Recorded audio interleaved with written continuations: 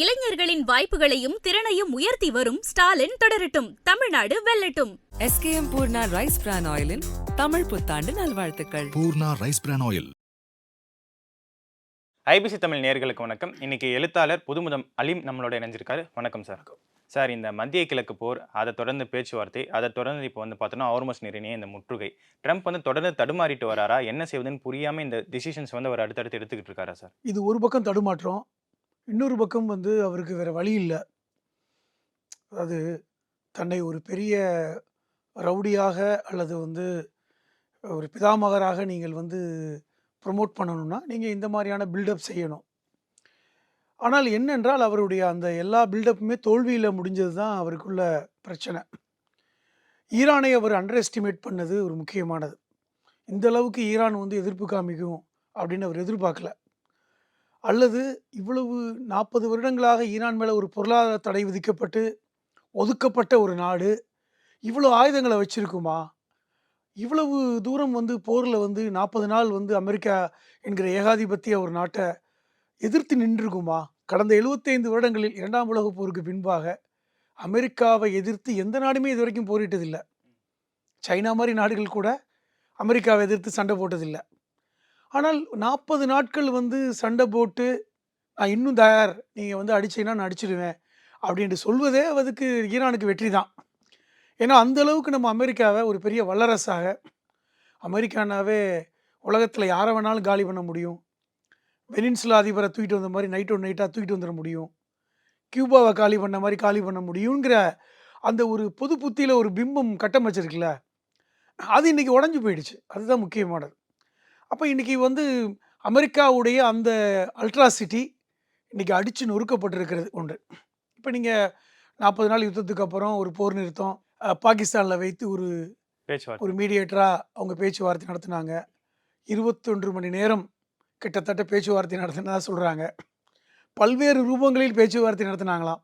சேர்ந்து பேசியிருக்காங்க, தனித்தனியாக பேசியிருக்காங்க, குழு அமைச்சு பேசியிருக்காங்க, ஒன் டு ஒன் பேசியிருக்காங்க, இப்படிலாம் சொல்கிறாங்க. ஆனால் எந்த பேச்சுவார்த்தையும் தோல்வியில் முடிந்தது. எல்லா பேச்சுவார்த்தையும் காரணம் அமெரிக்காவோட டிமாண்டை ஈரான் ஏற்றுக்கல. அதே மாதிரி ஈரானுடைய டிமாண்டை அமெரிக்கா ஏற்றுக்கல. நான் என்ன பார்க்குறேன்னா, அமெரிக்கா ஈரான் பேச்சுவார்த்தை தோல்விக்கு காரணம் ஒருத்தர் நம்பலை. இப்போ அடிப்படையில் இப்போ உங்களுக்கு எனக்கு ஒரு பேச்சுவார்த்தை வரணும்னா அட்மோஸ்ட் குட் ஃபேத் இருக்கணும், ஒரு நம்பிக்கை இருக்கணும்ல. இப்போ உங்கள் தோழரை பார்த்து வாங்க ஒரு டீ குடிக்கலாம் அப்படின்னு உங்களை கூட்டிகிட்டு போய் டீ சாப்பிட்டுட்டு தோளில் கை போட்டு ஒரு நம்பிக்கையை ஏற்படுத்தி தான் ஒரு பேச்சுவார்த்தைக்கு முடியும். நீங்கள் அப்படி இல்லையே. நாங்கள் அமெரிக்காவோடு பேச்சுவார்த்தை நடத்தினாலும் எங்களுடைய கைகள் விரல்கள் துப்பாக்கியுடைய ட்ரிகரில் தான் இருக்குன்னு ஒருத்தன் சொல்கிறான்னா அவன் என்ன அளவுக்கு உங்களை நம்புகிறான். ஒன்று. இரண்டாவது, ஒரு பெரிய படையோடு வந்தாங்க ஈரான். 168 மினாருங்கிற பேரில் அந்த பள்ளிக்கூட சிறுமிகளுக்கு நியாயம் கேட்டு வந்தாங்க. அதான் முக்கியம். உடைகள் அது எல்லாத்தையும் ஒன்றுமே கேட்கல. நீ எங்களை அடித்தா நான் உங்களை அடித்தேன், அது விஷயம் வேறு. பச்சை குழந்தை என்ன பண்ணுச்சு? ஒரு சின்ன ஒரு எலிமெண்ட்ரி ஸ்கூலு துவக்கப்பள்ளியுடைய பிஞ்சு குழந்தைகளை நீ கிட்டத்தட்ட 168 பேரை கொலை பண்ணியிருக்கீங்க, கொலகாரா அப்படின்னு நியாயம் கேட்க வந்தாங்கல்ல. இப்போ இதெல்லாம் உலகத்துக்கு சொன்ன செய்திகள். இப்போ தோல்வியில் தான் முடியும்னு நம்ம எதிர்பார்த்தோம். அது ஒன்று. ரெண்டாவது, இங்கே பேச்சுவார்த்தைக்கு போன ஆட்கள் வான்ஸை தவிர அவர் கொஞ்சம் நியாயமாக போனார். அவர் போரே வேணான்னு சொல்லிட்டு இருந்த அவர் உண்மையிலே சொல்ல போனால் போரே வேணான்னு சொன்னவர். ட்ரம்ப் இல்லைன்னா நான் தான் ஜனாதிபதினு சொன்னவர். இவர் பண்ணுறது சரியில்லைன்னு சொன்னவர். ஸோ அவர் தலைமையில் ஒரு டீமை போனாங்க. ஆனால் கூட போனவங்க ஜார்ஜ் குஷ்னர், ஸ்டீவ் விட்காஃப், 2 பேர் யார்?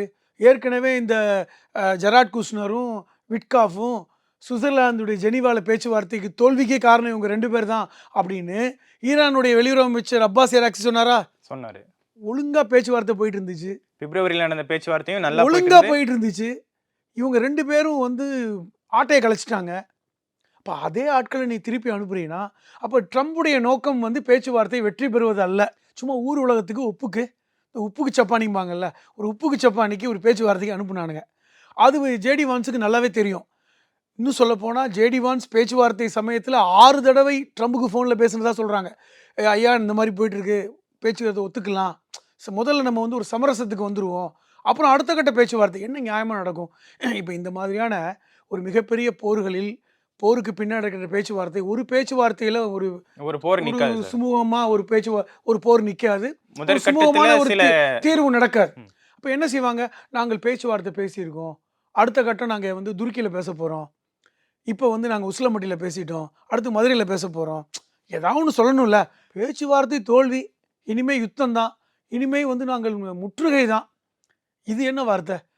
முற்றுகை தான். அப்போ முற்றுகைனா முற்றுகையிட்டு பாருன்றாங்க. இப்போ ஏங்க எவ்வளோ பெரிய வந்து உங்களை விட வலிமை குறைந்தவர்களாக இருந்தாலும் நீ அவன் ஈகோவை டச் பண்ணிகிட்டே இருந்தால் அவன் எப்படி ஒத்து வருவான்? திருப்பி திருப்பி என்ன சொன்ன நீ? 2 வார காலம் நாங்கள் ஈரானின் மேல் அந்த ஆயுதங்களை அதாவது அணு ஆயுதம் தாக்குவதை அல்லது வந்து ஏவுகணை தாக்குவதை தள்ளி வைத்திருக்கிறோம். உன் பேச்சே சரியில்லைல்ல. இப்போ இதுதான் ஈரான் சொன்னாங்க. இந்த பேச்சை நாங்கள் உடன்பட இல்லை அப்படின்னு. அப்போ இப்போ முற்றுகை அப்படின்னு அறிவித்தாங்க. நேற்று இந்திய நேரம் 7:30 இரவு அந்த கப்பல்கள் கிளம்பி விட்டது, இனி முற்றுகை அப்படின்னு சொன்னாங்க. அப்போ ஆனால் இப்போ முற்றுகைக்கு முன்னாடி 200 கிலோமீட்டர் தூரத்தில், ஹார்மோஸ்லேருந்து 200 கிலோமீட்டர் தூரத்தில் உங்கள் கப்பல்கள் நிறுத்தி வைக்கப்பட்டன. ஏன் நிறுத்திட்டீங்க? இன்னொரு 200 கிலோமீட்டர் தானே ஹார்மோஸ் இருக்குது, உள்ளே வாங்கலேன். நீ உள்ளே வந்தீங்கன்னா நாங்கள் தாக்கிடுவோம், உயிருக்கு உத்தரவாதம் இல்லை. அப்போ உங்களுக்கு பயம் இருக்குல்ல. இப்போ என்ன ஆயிடுச்சு தெரியுமா? இப்போ நம்ம பேசி கொண்டிருக்கின்ற இந்த நேரத்தில் சவுதி அரேபியாவுடைய இளவரசரை வைத்து பேசுகிறாங்க. அவர் என்னமோ ரிக்வெஸ்ட் பண்ணுற மாதிரியும், ட்ரம்ப் அவர்களே போர் முற்றுகை வேண்டாம், விட்டுருங்க, இதெல்லாம் வேணாம், நாங்கள் பேசிக்கிறோம் அப்படின்ட்டு அவர் வேண்டுகோள் விடுப்பதை போன்ற ஒரு ஒரு ஒரு ஸ்க்ரீன் ப்ளே பண்ணுறானுங்க. இப்போ எப்படின்னா அமெரிக்காவுடைய வந்து அந்த கெத்து விட்டு கொடுக்காம இப்போ வந்து சவுதி அரேபியா கேட்குறாங்க, ரஷ்யா கேட்குறாங்க, துருக்கி வந்து எங்கள் நாட்டிலே பேச்சுவார்த்தை நடத்தினா என்னன்னு கேட்குறாங்க, ஏன் பாகிஸ்தானே அடுத்த சுற்று பேசுவோம் அப்படின்றாங்க. அதனால நாங்கள் முற்றுகையை இப்போ 200 கிலோமீட்டர் தூரத்தில் வச்சுருக்கோம் அப்படின்னு நீ சொல்கிறீன்னா, இதை நேற்றே உலகம் பேசிருச்சே. நேற்று என்ன பேசுனாங்க? முற்றுகையா, அது ஒரு இப்படி தான் போகும், 200 கிலோமீட்டருக்கு முன்னாடி நிப்பாட்டிடுவானுங்க, நின்றுச்சியா? இப்போ இது என்னன்னா சும்மா மிரட்டி பார்க்குறாங்க. அவர்கள் ஈரானுடைய பலத்தை உணர்ந்திருக்கிறது அமெரிக்கா. இன்னொன்று நான் என்ன பார்க்குறேன்னா, இனி ஈரானுக்கு இழப்பதற்கு ஒன்றும் இல்லை. குழந்தைகள் இழந்தாங்க, 40 வருஷத்துக்கு மேலே பொருளாதார தடை. கிட்டத்தட்ட பொருளாதாரத்தை 40 வருஷத்துக்கு மேலே பொருளாதார தடை, பச்சிளங்குழந்தைகள் கொல்லப்பட்டிருக்காங்க, அங்கே பெரிய வந்து இப்போ பார்த்தீங்கன்னா மக்கள் பாதிக்கப்பட்டிருக்காங்க. அவர்கள் இழப்பதற்கு என்ன இருக்குது? அப்போ ஒரு இழப்பதற்கு ஒன்றுமில்லைன்னு ஒருத்தன் இடத்துக்கு வந்துட்டான்னா அவன் துணிஞ்சிருவானா இல்லையா? இது வந்து ஒரு சைக்காலஜி. ஒரு மனிதனை நீங்கள் சீண்டிக்கிட்டே இருந்தீங்கன்னா ஒரு கட்டத்தில் அவன் என்ன செய்வான்? பரவாயில்ல, என்ன நடக்குதோ என்ன பார்த்துக்கலாம். நடந்தாலும் நடக்கட்டும், ஒன்று நீ சாவ இல்லை நான் சாவேன், அவ்வளோதானே. அப்போ இந்த கட்டத்துக்கு ஈரானை நகர்த்தி கொண்டு வந்தது யார்? இதுதான் இப்போ பிரச்சனை. இப்போ நீங்கள் பாகிஸ்தானில் பேச்சுவார்த்தைக்கு ஆள் அனுப்பிட்டீங்க. ஐரோப்பிய யூனியனிலிருந்து ஸ்பெயினுடைய அதிபர் பெட்ரோ சான்சஸ் எங்கே இருந்தார்? சைனாவில் இருந்தார். இங்கிலாந்துடைய பிரதமர் ஸ்டார்மர் எங்கே இருந்தார்? வளைகுடாவில் இருந்தார். 2 பேரும் ஏன் ஓடுனாங்க பாஞ்சுக்கிட்டு? இவன் முட்டாள்தனமாக என்ன வேணாலும் பேச்சுவார்த்தை நடத்தட்டும், வளைகுடா நாடுகளை ஆஃப் பண்ணிடுங்க, நம்ம பேசிக்குவோம். இந்த பேச்சுவார்த்தை கண்டிப்பாக வெற்றி பெறாது. ஐரோப்பிய யூனியனுக்கு நல்லா தெரியும் பாகிஸ்தானில் நடக்கின்ற பேச்சுவார்த்தை வெற்றி பெறாது. அதை தெளிவாகவே சொன்னாங்க. இல்லை, அந்த ஸ்பெயின் அதிபரே சொன்னார், இந்த பேச்சுவார்த்தை வெற்றி பெற போவதில்லை. அப்போ ஐரோப்பிய யூனியன் என்ன முடிவு எடுத்தாங்கன்னா, இவங்க பேச்சுவார்த்தை வெற்றி பெற போவதில்லை, ஆனால் நம்ம போய் வளைகுடா நாடுகளை ஆஃப் பண்ணுவோம், அமைதிப்படுத்துவோம், சண்டை வேண்டாம். ஹார்மோஸ் என்பது எல்லாருக்கும் பிரச்சனை. இது வந்து ஈரானுக்கு மட்டும் பிரச்சனை இல்லை, ஈரானுக்கு மட்டும் பிரச்சனை இல்லை, வளைகுடா நாடுகளுக்கு மட்டும் பிரச்சனை இல்லை, உலக நாடுகளுக்கு பிரச்சனை. இன்றைக்கி வந்து ஒரு நாளைக்கு 140 கப்பல்கள் போய்கிட்டு இருந்த ஹார்மோஸில் 8 கூட போகலை. இன்றைக்கி அதையும் நிறுத்திட்டாங்க. அப்போ இது தேவையில்லாமல் இன்றைக்கி அமெரிக்கா இந்த வேலை பண்ணதுனால இவ்வளோ பெரிய சிக்கல். நீங்கள் அமைதியாக இருங்க, நாங்கள் பார்த்துக்குறோம். ட்ரம்ப் பேசும்போது சொன்னார், எங்கள் கப்பல்கள் போகுது, இங்கிலாந்து கப்பல் இப்போவாது வருமா? வராது. தெளிவாக சொல்லிட்டாங்க, நாங்கள் எந்த கப்பலும் வர போகிறது இல்லை, ஆணியே பிடுங்க போகிறது இல்லை. இப்போ 200 கிலோமீட்டர் தூரத்தில் யார் அவமானப்பட்டு நிற்கிறது? அமெரிக்காவோட 200 ஹார்மோஸ்லேருந்து 200 கிலோமீட்டர் தூரத்தில் அமெரிக்கா அவமானப்பட்டு நிற்கிறது. உள்ளே போக முடியல. அதான் சிக்கல். சார், இதில் இன்னொரு கேள்வி இருக்குது. என்னன்னா, ட்ரம்ப் வந்து அமெரிக்கா வெனிசுலாவில் இருந்த எண்ணெய்களை வந்து கைப்பற்றிட்டாரு, அமெரிக்கா மூலமாக அந்த எண்ணெய்களை விற்பனை செய்வதற்காக இந்த மாதிரியான பணிகளில் ஈடுபடுறாரு அப்படின்ற ஒரு வாதம் இருக்குது. ஒரு விஷயம் தெரிஞ்சுக்கங்க, வெனிசுலாவில் உலகத்தில் அதிகமான கச்சா எண்ணெய் வெனிசுலா தான். கிட்டத்தட்ட 20 விழுக்காடு அந்த கச்சா எண்ணெய் வந்து வெனிசுலாவில் இருக்கின்ற அந்த ஆற்றுப்படுகையில் இருக்குது. ஆனால் என்ன தெரியுமா, ட்ரம்புக்கு எவ்வளோ பெரிய முட்டாள்தனமான விஷயம் செஞ்சாருன்னு. அந்த எண்ணெய் எடுத்து ப்ராசஸ் பண்ணுறதுக்கு இன்னும் 5 வருஷம் ஆகுமா? அதுக்குள்ளே ட்ரம்ப் ஆட்சி முடிஞ்சிடும். வெனிசுலாவில் முழுமையாக நீங்கள் அதை எடுத்து அதை பயன்பாட்டுக்கு கொண்டு வருவதற்கு 5 வருடம் ஆகும். நீங்கள் வெனிசுலா பிடிச்சி பிரயோஜனமே இல்லை. சார், வேலைக்கே ஆகல. இதுல என்னன்னா பேச்சுவார்த்தை நடத்துறதுக்கு முன்னாடி ட்ரம்ப் வந்து ஒரு ட்வீட் போட்டிருந்தாரு.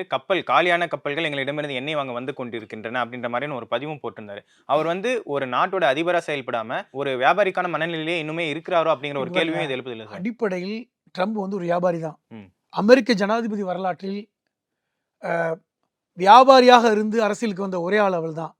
ஒரு செனட்டரா இல்லை, ஒரு இங்கே ஊரில் சொல்ல மாதிரி ஒரு எம்பியா இல்லை, திடீர்னு குதிச்சாரு. அதை குதிக்க வச்சாங்க. அதுக்கு பின்னே எப்ஸ்டீன் ஃபைல் இருக்குங்கிறது இன்ன வரைக்கும் பேசுகிறோம். இப்போது அவரை வந்து 2015க்கு முன்னாடிலாம் அவர் யாருன்னே பெருசாக தெரியாது.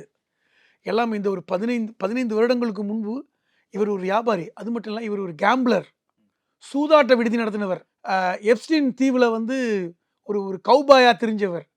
இன்னும் சொல்ல போனால் ரியல் எஸ்டேட் புரோக்கர். அவரும் விட்ஸ்காஃப்னு ஒருத்தர் இருக்கார்ல, அவரை தான் பேச்சுவார்த்தைக்கு அனுப்புனானுங்க. அந்த விட்காஃப் வந்து ஒரு ஒரு ரியல் எஸ்டேட் ஏஜென்ட்டுங்க, ட்ரம்புடைய புரோக்கர். நம்ம ஊர்லலாம் ஒரு 4 பேர் இருந்து ரியல் எஸ்டேட் பண்ணுவாங்க. அதில் ஒருத்தன் புரோக்கராக இருப்பான், ஒருத்தர் ஓனராக இருப்பான், ஒருத்தர் காசு போடுவான். அப்படி ஒருத்தர் தான் விட்காஃப். இந்த ஜெராட் குஷ்னர் வேலை என்னங்கிறீங்க? பாலஸ்தீனத்தில் மேற்கு கரையில் கட்டடங்களை கட்டிக்கிட்டு இருக்கார், ரியல் எஸ்டேட் பண்ணுறார். இப்போ இவங்கள வச்சு அமெரிக்காவுடைய தலைவிதியை நிர்ணயிக்கிற வேலையை இன்றைக்கி ட்ரம்ப் செய்கிறது என்பது எவ்வளோ பெரிய ஒரு மோசடிங்க. இன்றைக்கி 75 ஆண்டுகளாக ஒரு ஏகாதிபத்திய அமெரிக்கா, ஒரு ஒரு உச்சபட்ச அமெரிக்காங்கிற இடம் இன்றைக்கி நழுவிடுச்சு. ட்ரம்ப் காலத்தில் எல்லாமே முடிஞ்சிருச்சுங்க. அதாவது இதில் பெட்ரோ டாலருக்கும் ஒரு கேள்விக்குள்ளான ஒரு இடத்துக்கு வந்து போயிடுச்சு சார். இப்போ ஈரான் வந்து அவங்க சொல்கிறாங்க, எங்களுக்கு அமெரிக்க நாணயங்களில் நீங்கள் கொடுக்க தேவையில்லை, அமெரிக்கா டாலராக கொடுக்காம எங்களுக்கு வந்து சீனாவோட யுவான்லையும் வந்து எங்களுக்கு நீங்கள் ஏற்கனவே பிரிக்ஸில் வந்து கடந்த முறை பிரிக்ஸோட மீட்டிங் நடந்தது. அந்த பிரிக்ஸில் எடுக்கப்பட்ட தீர்மானங்களில் ஒன்று, நாம் இனிமேல் டாலரில் வியாபாரம் பண்ண வேண்டாம். என்ன காரணம்னா, அது ஈரான் வந்து வியாபாரம் அந்த டாலரில் வியாபாரம் பண்ணி 40 வருஷம் ஆச்சு. இப்போ அங்கே வந்து பார்த்தீங்கன்னா ஒரு டாலருக்கு மதிப்பான ஈரான் பணம் வந்து எத்தனையோ லட்சம்ன்றாங்க. அதுக்கு காரணம்னா அவங்க வியாபாரமே பண்ணலை, அவங்கள்ட்ட டாலரே இல்லை. இரண்டாவது, யுவானில் பண்ணு இல்லை ரூபிளில் பண்ணு, ரஷ்யாவோட பணத்தில். நம்ம ஏற்கனவே ரஷ்யாவில் வந்து ரூபிளில் தான் வாங்கிட்டு இருந்தோம். அதனால தான் நம்ம மேலே கோவப்பட்டார் ட்ரம்ப். இந்த 100 விழுக்காடு வரைக்கும் அந்த வரியை கொண்டுட்டு போனது காரணம் நீ ரூபிளில் பண்ணுற அப்படின்னு. நம்ம அப்படி இப்படிமா ஒரு மாதிரி அட்ஜஸ்ட் பண்ணி ஒரு டிப்ளமசி, நம்ம டிப்ளமசி அப்படி தானே, அவனை வேணான்னு சொல்ல மாட்டோம், வேணும்னு சொல்ல மாட்டோம். ஒரு மாதிரி நம்ம மனநிலையே அப்படித்தான். சரிப்பா, பார்த்துக்கப்பா, சமரசம்ப்பா அப்படின்ட்டு இருந்தோம். இப்போ வந்து அந்த கோபம், இப்போ வேறு வழி இல்லாமல் நம்ம இப்போ அங்கே தான் வாங்கிட்டு இருக்கோம். ஒன்று.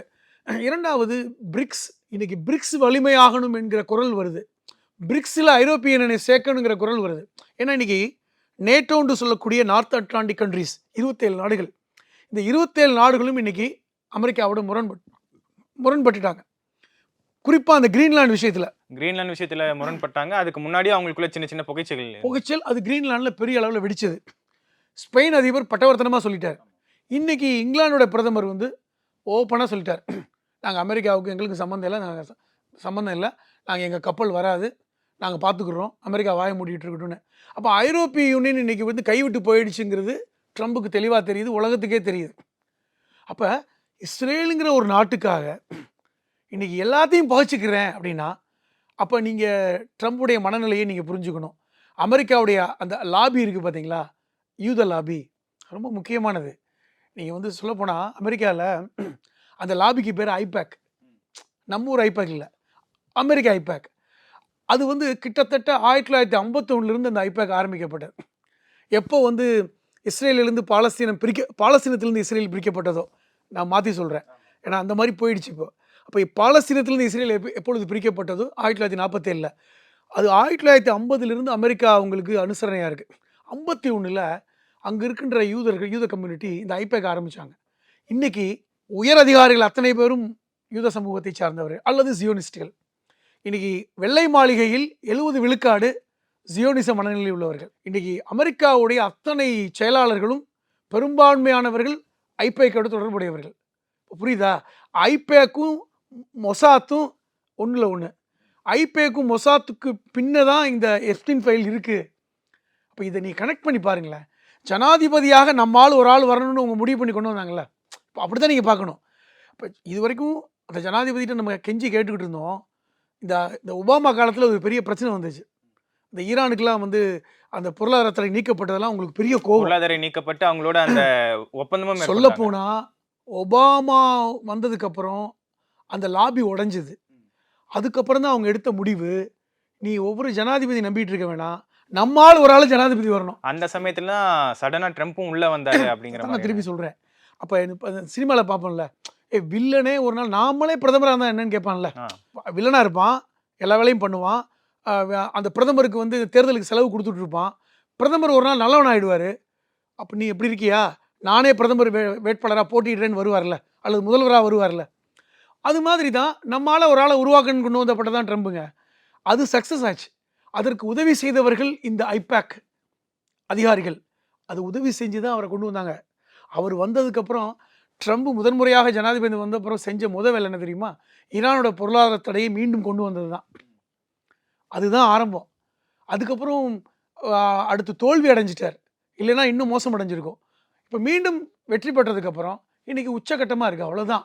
அப்போ இது எல்லாமே ப்ரீ பிளான்டு. அதுதான் நீ நடந்துக்கிட்டு இருக்கு. இன்னும் 2 வருடங்களில் தாங்கள் நினைத்ததை சாதிக்க வேண்டும் என்று இஸ்ரேல் நினைக்கிறாங்க. அதற்கு ட்ரம்ப் தான் சரியான ஆள். ட்ரம்ப் போயிட்டு இன்னொரு ஆள் வந்தால் அது இந்த வாய்ப்பே இல்லை. அந்த 2 வருடம் போகுமா அப்படிங்கிறது ஒரு கேள்வியா இருக்கா சார்? ஏன்னா இப்போ நவம்பர்ல வரக்கூடிய அந்த இடைத்தேர்தல், அந்த ஒரு தேர்தல் அமெரிக்காவில் வரப்போகுது. அதில் ட்ரம்ப் வந்து அவருக்கான பெரும்பான்மை இழந்துருவார் செனட்டில் அப்படிங்கிற மாதிரியான செய்திகள் நம்ம தொடர்ந்து பார்த்துக்கிட்டு இருக்கோம். அவருடைய நடவடிக்கைகள், அவருக்கு உள்நாட்டில் இருக்கக்கூடிய எதிர்ப்பு, இது எல்லாத்தையும் வச்சு பார்க்குறப்ப அவருக்கான பெரும்பான்மை கிடைக்கிறதுக்கான சாத்தியக்கூறுகள் ரொம்ப கம்மியாக தானே சார்? உண்மைதான். அங்கே வந்து அமெரிக்காவை பொறுத்தவரை செனட்னு ஒன்று இருக்கும், காங்கிரஸ்ன்னு இருக்கும். நம்ம இதில் ராஜ்யசபா லோக்சபா மாதிரி. இப்போ வரைக்கும் ட்ரம்புக்கு ஆதரவு இருக்குது. நீங்கள் சொன்ன மாதிரி அது மாறலாம். அப்படி வந்து ஆதரவு போயிட்டா ஒரு சட்டத்தை கொண்டு வர முடியாது, ரொம்ப கஷ்டம். அந்த மாதிரி சூழல் வரும்னு எதிர்பார்க்குறாங்க. காரணம், இப்பொழுது எடுத்த சர்வே பிரகாரம் 60 விழுக்காடு ட்ரம்புக்கு செல்வாக்கு குறைந்திருக்கிறது. அந்த மக்கள் இன்னைக்கு அமெரிக்காவில் 50 நகரங்களில் 3000 இடங்களில் ட்ரம்புக்கு எதிராக போராட்டம் நடத்திக்கிட்டே இருக்காங்க. ஆமா, நோ கிங்ஸ் ப்ரொடெஸ்ட் பண்ணிட்டே அதை பற்றி இவர் கவலைப்படலை. காரணம், இன்னும் இருக்க போகிறது 2 வருஷம்தான். 3ஆவதாக ஜனாதிபதி ஆக முடியாது அமெரிக்கா சட்டம். இந்த 2 வருஷத்தில் எவ்வளவு முடியுமோ, எவ்வளவு தூரம் இஸ்ரேலுக்கு சாதகமாக செய்ய முடியுமோ அதை செய்கிறதுக்கான வேலையை பண்ணுறார், அவ்வளோதான். நீங்கள் வந்து காங்கிரஸில் மெஜாரிட்டி வருது வரல, இது வருது, அதை பற்றி பிரச்சனை இல்லை. இன்னும் அமெரிக்காவில் இன்னொரு விஷயம் இருக்குது. நீங்கள் அமெரிக்காவில் வந்து ஒருத்தரை வந்து நீங்கள் என் கருத்துக்கு உடன்படுன்னு சொல்லி நீங்கள் விலைக்கு வாங்கலாம். இப்போ நம்ம வந்து இங்கே ஒரு எம்எல்ஏ எம்பியை வந்து காசு கொடுத்து விலைக்கு வாங்கினா சட்டப்படி தப்பு இல்லை. அங்கே அப்படி கிடையாது. நீங்கள் வந்து போய் நீங்கள் வந்து எனக்காக நீ பேசணும், நம்ம ஒரு டிமாண்ட் வச்சுக்கலாம் அப்படின்னு பேசுவது என்பது சட்டப்பூர்வமானது. அப்போ இதெல்லாம் அவங்க செய்வாங்கள்ல. அதில் வேறு எப்ஸ்டீன் ஃபைலில் எத்தனை பேர் இருக்கான்னு தெரியாது. இப்போ இந்த சிக்கல்லாம் இருக்குது. அப்போ இவங்களுக்கு ஆதரவு இல்லைன்னா கூட சட்டத்தை எப்படி பாஸ் பண்ணணும்னு சொல்லிட்டு அந்த 70-80 விழுக்காடு இருக்கின்ற அந்த ஐபேக் லாபி இருக்குல்ல, அதெல்லாம் நம்ம மீற முடியாதுல்ல. ஆக மொத்தத்தில் 2 வருஷம் வந்து அவர்களுக்கு முக்கியமானது. இந்த 2 வருட காலத்தில் என்ன முடியுமோ சாதிக்க வேண்டும். நெதன்யாவுக்கும் 2 வருட காலம் ரொம்ப முக்கியமானது. ஏன்னா அவருக்கும் வயதாகிவிட்டது, இவர்களுக்கும் வயதாகிவிட்டது. இந்த காலகட்டத்தை இஸ்ரேல் பயன்படுத்துகிறாங்க, அவ்வளோதான். இதன் மூலமாக ஒரு தங்களுடைய கனவு திட்டத்தை நிறைவேற்றுவதற்கு இஸ்ரேல் முயற்சி பண்ணுறாங்க என்பதுதான் ஒரு வெளிப்படையான விஷயமாக இருக்கிறது. சார், இதில் வந்து சீனா வந்து ஈரானுக்கு ஆயுதங்கள் கொடுத்து உதவினால் 50% உங்கள் மேலே நான் வந்து ஒரு வரி போடுவேன் அப்படிங்கிற மாதிரி ட்ரம்ப் வந்து சொல்லியிருந்தார். கிட்டத்தட்ட பொருளாதார தடையை கொண்டு வரதுக்கான ஒரு முடிவு தான் அப்படின்ற மாதிரி நம்ம பார்க்கலாம். இது வந்து அமெரிக்காவுக்கு எந்த மாதிரியான பாதகமாக இருக்கும்? சீனாவுக்கு வந்து அது சாதகமாக இருக்குமா இல்லை பாதகமாக போகிறதுக்கான வாய்ப்பு இல்லைங்க. இருக்கா சார்? சீனா வந்து இப்போ உள்ள நிலைமையை ரசிக்கிறாங்க, அவர்களுக்கு சாதகமாக இருக்குது. இப்போ சீனாவுக்கும் ரஷ்யாவுக்குமே வந்து ரொம்ப சாதகமான சூழல். ரஷ்யாவுக்கு என்ன சாதகம்? அவங்க எண்ணெய் விற்க முடியும். அவன் எண்ணெயை விற்கிறானா, கேட்டு வாங்குறான். ஒரு காலத்தில் வந்து எண்ணெய் வாங்கிக்கப்பா சலுகை விலையில் தரேன்னு நம்ம விற்றான்ல, இப்போ அவன் சலுகை விலையில் கொடுக்குறது இல்லை. ஆமாம். ஏன்னா இன்றைக்கி வந்து $79 இருந்தது, இன்றைக்கி $110 போயிடுச்சு. சலுகை விலை கிடையாது, லாபம் அள்ளி தெளிக்கிறான். சீனாவுக்கு என்னென்னா, அமெரிக்கா அடிந்தால் சீனா தான் வல்லரசு, நம்பர் 2. அப்போ இந்த பிரிக்ஸில் வந்து முக்கியமானது சீனா. யுவானில் வந்து நம்ம வந்து வியாபாரம் செஞ்சால் சைனாவோட பொருளாதாரம் மேலே வந்துடும். சீனா தங்களுக்கு சாதகமாக இருக்கிறது நம்புகிறாங்க. அதனால தான் நேரடியாக உடனே குதிக்காமல் காத்திருக்காங்க. இப்போ சீனா நினைத்தால் வந்து ஹார்மோஸை பார்த்துக்கலாம், நீ அமெரிக்கா வரையா, என் கப்பல் நிற்கும்னு சொல்லலாம்ல, சொல்லலை. எந்த எல்லைக்கு போகுதுன்னு பார்க்குறாங்க. அமெரிக்கா வந்து எந்த எல்லை வரைக்கும் போகுது. இன்னொன்று தெரிஞ்சுக்கிங்க, இப்போ வருகின்ற எல்லா ஆயுதங்களும் யார் கொடுக்குறதுன்னு நினைக்கிறீங்க? என்ன ஈரானா தயாரிச்சுட்டு இருக்கான், எல்லாத்தையும் தயாரிக்கிறான். தொழில்நுட்ப உதவி இல்லை, அத்தனையும் சீனாவும் ரஷ்யாவும் தானே கொடுத்துட்டு இருக்கான். அதற்கு இன்னொரு கப்பல் இருக்குது, இன்னொரு கடல் வெளித்தடம் இருக்குல்ல, அந்த இதுக்குள்ளே நீங்கள் அமெரிக்கா போக முடியாது. அதில் ஒரு 5-6 நாடுக்கு தான் சொந்தம். அப்போ அந்த வழியாக ஈஸியாக வந்துக்கிட்டே இருக்க சரக்கு. அந்த பக்கம் யாருமே தடுக்க முடியாது. அப்போ அந்த வழித்தடத்தை அவர்கள் வந்து இந்த 5 நாடுகளுக்கு வச்சுருக்காங்க. குறிப்பாக ரஷ்யாவுக்கும் ஈரானுக்குமான வழித்தடம் அதுதான். அந்த வழித்தடத்தில் அமெரிக்கா கையே வைக்க முடியாது. அப்போ புரிஞ்சுக்குங்க, இப்போ எவ்வளோ ஒரு நுணுக்கமாக அவர் கட்டமைத்திருக்கிறார்கள் அப்படிங்கிறது. இது அமெரிக்கா இந்த ட்ராப்பில் சிக்கியிருக்குன்னு தான் நினைக்கிறேன். இது அமெரிக்காவுக்கான அழிவு காலம் அப்படி தான் நான் பார்க்குறேன். அதாவது ட்ரம்ப் தலைமையிலான இந்த ஆட்சியில் அவர் எடுக்கக்கூடிய முடிவுகள் வந்து அமெரிக்காவுக்கு சாதகமாக இல்லாமல் போய்கிட்டு இருக்கு. சார், இப்போ வந்து கியூபாவை அவர் முடக்கி வச்சிருக்காரு. அந்த இடத்துல வந்து ரஷ்யா என்ன கொடுத்து கியூபாவை தாக்குனா நாங்கள் வந்து அந்த இடத்துல வந்து நிப்போம்னு சொல்லிக்கிட்டு இருக்காங்க. இது வந்து ட்ரம்ப்புக்கு எந்த மாதிரியான ஒரு எதிர்வினை ஏற்படுத்த அவர் தூண்டும் சார்? இது என்னன்னா, கியூபா வந்து எமர்ஜென்சி அறிவிச்சாங்க, பிலிப்பைன்ஸ் எமர்ஜென்சி அறிவிச்சாங்க. கியூபா வந்து கிட்டத்தட்ட பெடல் கிஸ்ட்ரோ காலத்திலிருந்தே வந்து அமெரிக்காவை எதிர்த்து தன்னாட்சியாக வாழ்கின்ற ஒரு நாடு. சொல்லப்போனால் ஒரு காலத்தில் அமெரிக்காவிடமிருந்து மருத்துவத்தை எதிர்பார்த்த நாடு. நான் ஒத்த பைசா கொடுக்க மாட்டேன், ஒரு சின்ன பேராசிட்டமால் கூட கொடுக்க மாட்டேன்னு சொன்னதுக்கப்புறம் அங்கேயே மருத்துவர்களை உருவாக்குனாங்க. சொல்லப்போனால் உலகிலே அதிகமான மருத்துவர்களை கொண்ட நாடு கியூபா. கொரோனா காலத்தில் கியூபா மருத்துவர்கள் உலகம் முழுவதும் சென்றதை பார்த்தோம். அப்படி வந்து ஒரு நாடு. ஆனாலும் அவர்களுக்கு எண்ணெய் வளம் கிடையாது. அவர்கள் வெனின்சுலாவை நம்பி தான் இருந்தாங்க. ஆனால் இன்றைக்கி வெனின்சுலா தடுக்கப்பட்டவுடனே அவர்கள் தவிக்கிறாங்க. ஏன்னா அவர்களுக்கு பக்கத்து நாடு. இப்போ ரஷ்யா என்ன பண்ணுறாங்கன்னா, நீ தவிக்க வேண்டாம், நான் தர்றேன். இப்போ என்ன பண்ண போகிற? அதை ஒன்றுமே அமெரிக்காவால் பண்ண முடியல. இப்போ இதுலேருந்து என்ன ஒரு செய்தி தெரிகிறது என்றால், அப்போ கம்யூனிஸ்ட் நாடு கியூபா, நாங்கள் அதுக்கு உதவி பண்ணுவோம், நீ என்ன செய்ய முடியும்?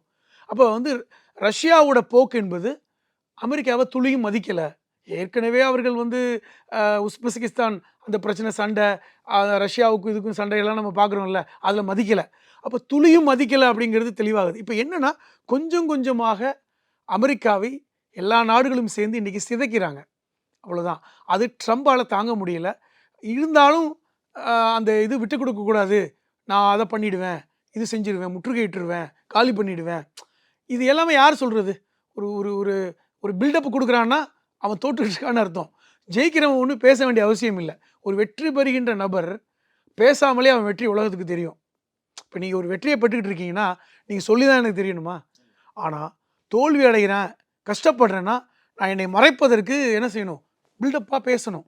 அதைத்தான் ட்ரம்ப் செய்கிறார். உலகம் அவரை பார்த்து சிரிக்கிறது. இன்னும் சொல்லப்போனால் ஜனாதிபதி தேர்தல் நடந்தது. ஜனாதிபதி தேர்தல் இப்போ ட்ரம்ப் கடைசி முறை நடந்தபோது இந்தியா வம்சாவளியை சார்ந்த கமலா ஹாரிஸ் போட்டிட்டாங்கல்ல.